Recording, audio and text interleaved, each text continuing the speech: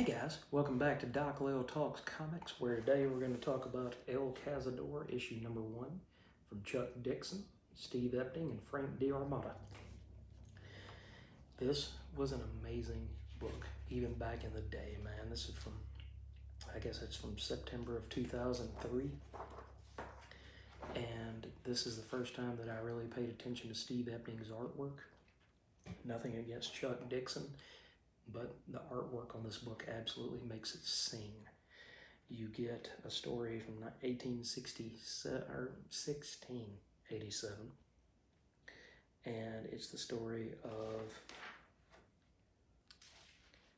La Misericordia and her escort El Guardian were set upon by thieves of the sea under the flag of piracy. 2 ships they were, and began their pursuit on the afternoon of December the 8th. A day and a night they rode the wake of these 2 ships of Spain, our own ship and our valiant escort. Near eventide on the 9th, the outlaw vessels drew alongside and began a cannonade that crippled the ship and her companion. Our escort ship was caught under the guns of the villains and consigned to the depths with all hands aboard. God have mercy upon their souls. The artwork on this book is absolutely amazing. This is why when I found out that Steve was moving over to Captain America after this, that I was not upset at all. You get detailed artwork, you get, between the coloring of Frank D'Armata and the line work of Steve Epting, Steve's inks look like they were done in Sharpie. And I don't mean that as a bad thing. I mean that his line work is so smooth that it's absolutely ridiculous how beautiful this stuff is. It's almost like classical artwork in the way that you see the figure work done. And the beauty of the ships, the colors from Frank D'Armata. This is going to be a review mainly talking about artwork because, like I said, nothing against Chuck Dixon. He wrote an absolute banger of a seafaring tale from the 1600s.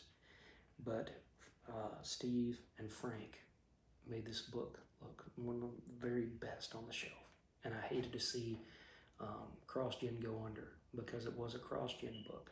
And see, they were trying to do everything, man. CrossGen was reaching out and doing superheroes. They were doing Sherlock Holmesian type things. They were doing, ancient sea battles. And eventually you get to see the star of the show, who is Lidy Sin. And Billy-O is the guy who's in charge of this ship. Blackjack left him in charge of this ship. And she says, "Do not harm me." And he says, "Has one of them villains laid a hand on you, miss?" And she says, "No, senor, I remain concealed." And he says, "That's fine, then it is. You're fresh from your own attentions." And she keeps saying, "Don't do this, don't do this." And eventually she reveals that she's not some damsel in distress, but instead she says, "No one touches me without my leave." And in the words of a New Yorker, in the 1800s, she done Billy-O. So that night,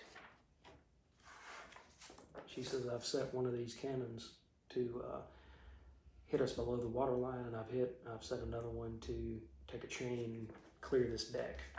But if you serve me, then we will all, be rich, and we will all work together."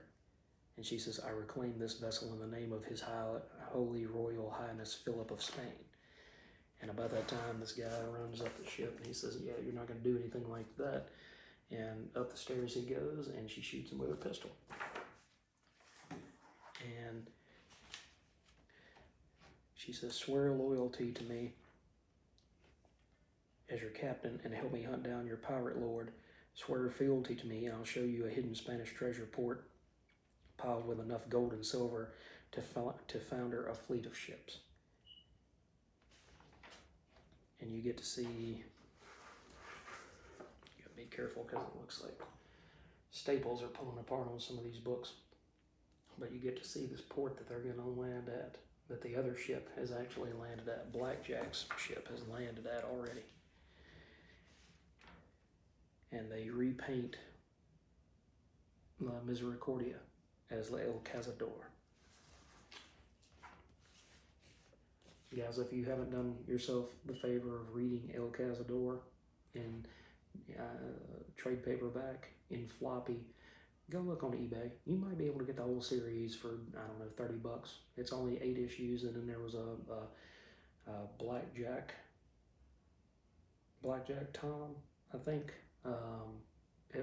issue that went along with the series. But man, it was some of the best stuff you'll ever read, and some of the most eye-popping artwork that you will ever see.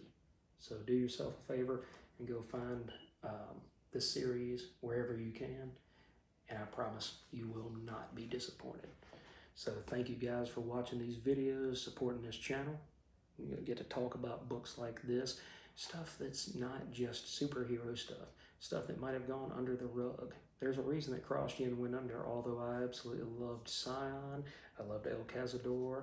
I didn't really read Ruse that much, didn't read Route 666, but I read the 3 or 4 titles. I read Mystic for about the first 7 or 8 issues. The titles that I really fell in love with, I supported them over and over and over again. So go check out El Cazador. You can probably find it cheap, like I said, on eBay, Amazon, something like that. And in the meantime, thank you guys for supporting this channel, watching these videos, and I will catch y'all in the next episode.